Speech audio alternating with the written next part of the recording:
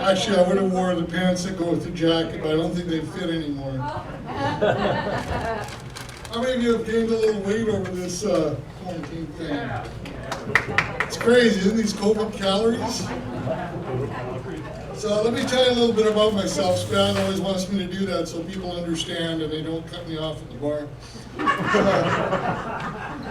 I was born December 29th, 1967.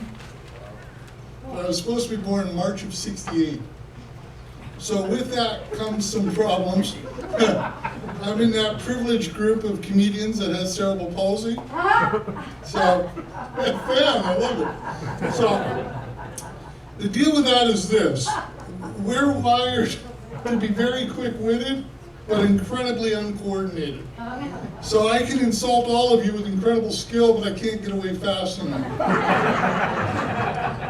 So what resulted from that is, I went to regular school, but I rode the short bus. I actually did. And I wore a helmet the whole 9 yards. So you can pick on me, it's okay. All right? So, but I ended up having a wonderful life. I've been married for 30 years. I've had an amazing marriage. My wife's in counseling. Now, I ended up being adopted by a lovely German family. My mom's 4'11", my dad's 5'1". So in the family pictures, I wear a name tag right here so everybody knew who I was. But it was a wonderful upbringing.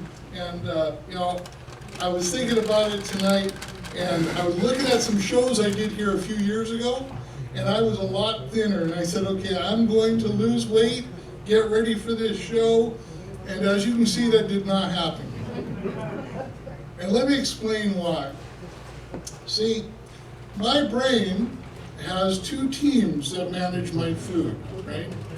Team one is 5 very boring college professors that give me homework like meal prep, shop at Whole Foods. They give me statistics on obesity and calorie counting and all of this, right?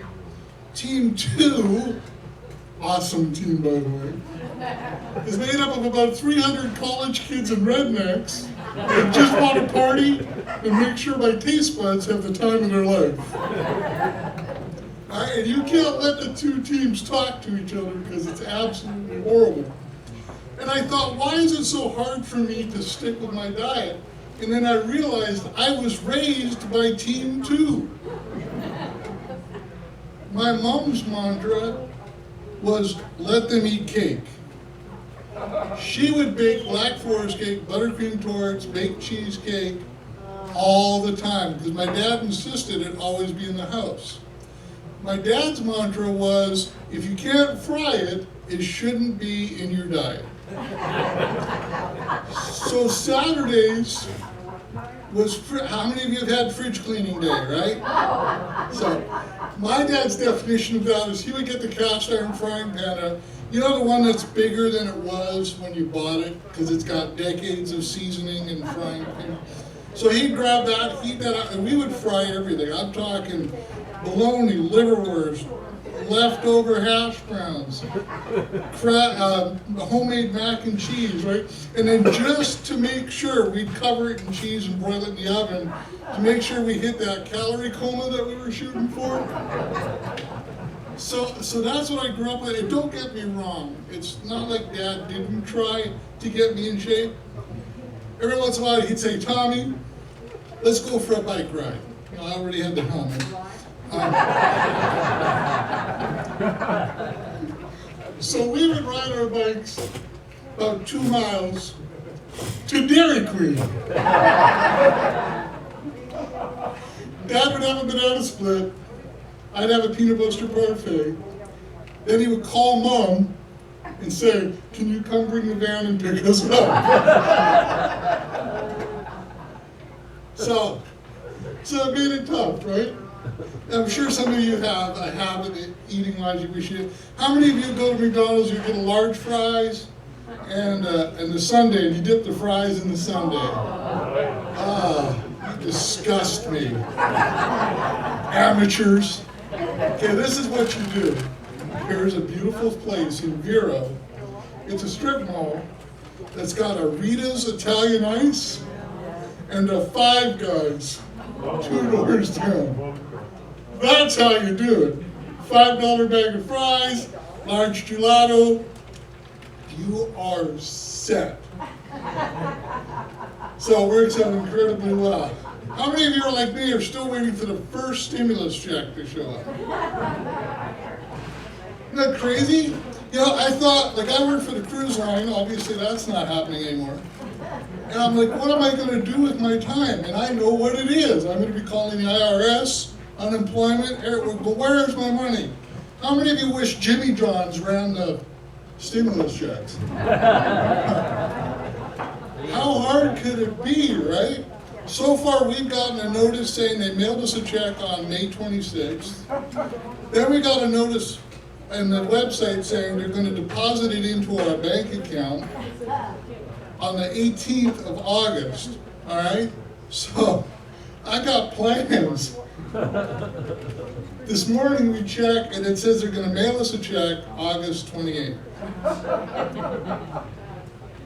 If I wasn't married, I wouldn't know how to deal with this uncertainty. Oh wow, there's a lot of married people in here that know a lot.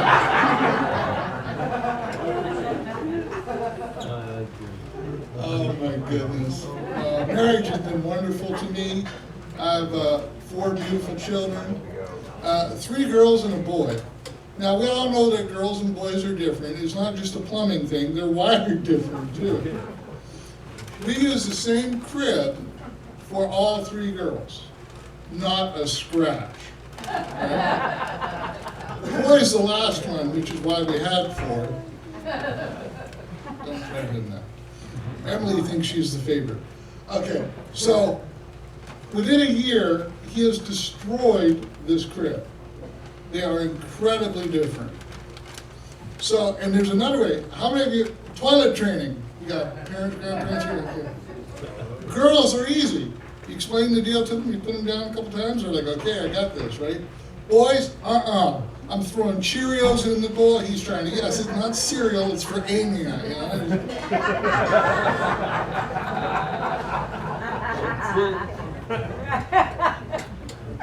So I figured out, how many of you remember Pop Rocks when you were a kid? I'd say this is what you do. Get the diaper.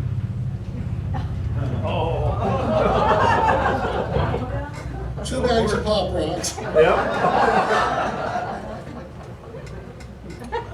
You know it only takes 1 night?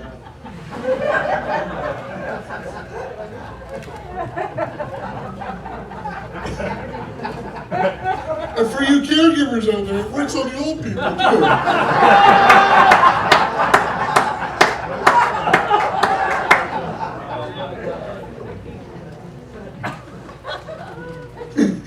Yeah, but you're going to try it, I know. How many of you have moved to Florida recently? Or how many are actually from Florida? Let's start with that. Okay. So the rest of you had to move here and adapt, right? So when you get here, there's 2 things they tell you, right? They say, first of all, a yellow light means 4 more cars can go. And get your real estate license.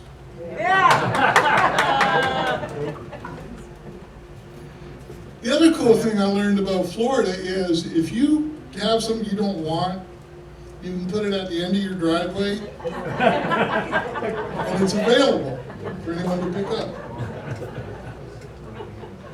I have 32 portable basketball hoops.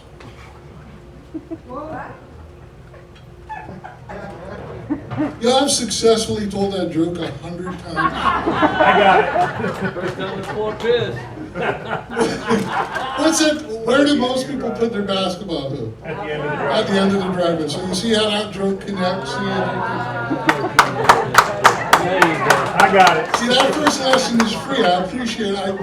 Listen, I trusted your intellect, okay? I apologize. Spaz was talking about silver alerts, right?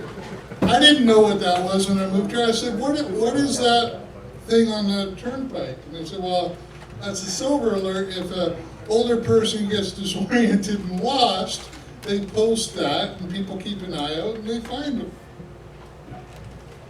I'm like, sweet. See, my in-laws like to travel from Florida to Niagara Falls. And I'm like, so how far of an area does this silver alert go? They go, it's the whole turnpike system. I said, sweet. So I gave my in-laws a sun pass as a gift. I said, I got you, just stay on the turnpike. About 10 hours after they left, I put in the silver alert. Got them pulled over 8 times. You guys have been awesome. Enjoy the rest of the show. Take care. I love this guy, Tomas Diebold. I don't think that was social distancing. I don't care. I'm gonna get my blood pressure taken. I love you. Hey, give it up for Thomas. His wife, listen, his wife is here and his daughter Jane. So God bless you guys. Thank you for Thomas.